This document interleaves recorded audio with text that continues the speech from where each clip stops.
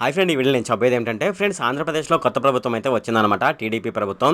అయితే మనకు టీడీపీ ప్రభుత్వంలో చంద్రబాబు నాయుడు గారు ముఖ్యమంత్రిగా ప్రమాణ స్వీకారం చేయడం జరిగిందనమాట.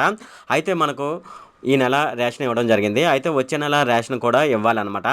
అయితే ఇప్పుడు ఇంతకుముందు ప్రభుత్వం అయితే వైఎస్ఆర్సీపీ ప్రభుత్వం ఉన్నప్పుడు రేషన్ కార్డులు అయితే ఇవ్వడం జరిగిందనమాట.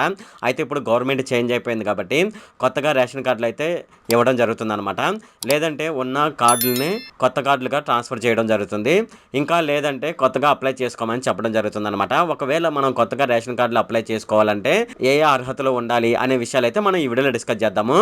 ఈ వీడియోలోకి వెళ్ళే ముందు నాదొక రిక్వెస్ట్ అండి. అదేమిటంటే ఈ వీడియో కనుక మీకు నచ్చినట్లయితే ఇక్కడ క్రింద ఉన్న రెడ్ కలర్ సబ్స్క్రైబ్ బటన్ మీద అయితే ప్రెస్ చేయండి.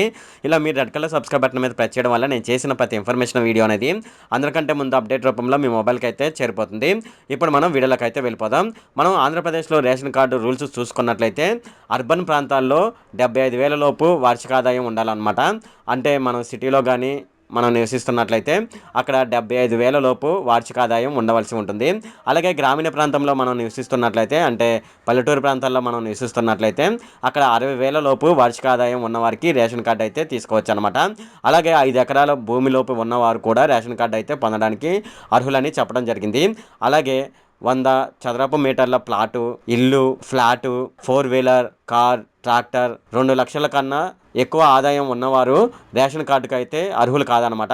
ఒకవేళ వారు రేషన్ కార్డు తీసుకున్నట్లయితే తహసీల్దార్ ఆఫీస్లోనైతే సరెండర్ చేయవలసి ఉంటుందన్నమాట.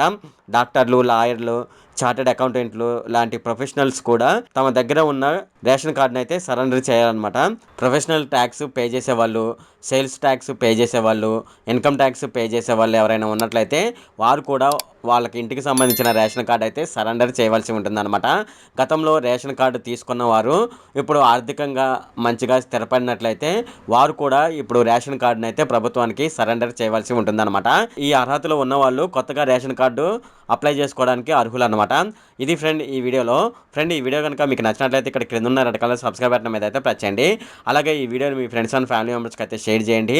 అలాగే ఈ వీడియో సంబంధించి ఏమైనా కామెంట్లు ఉన్నాయి అనుకోండి నాకు తప్పనిసరిగా క్రింద ఉన్న కామెంట్ సెక్షన్లో అయితే తెలియజేయండి. ఈ వీడియో అంతే friend. Okay, thank you friend.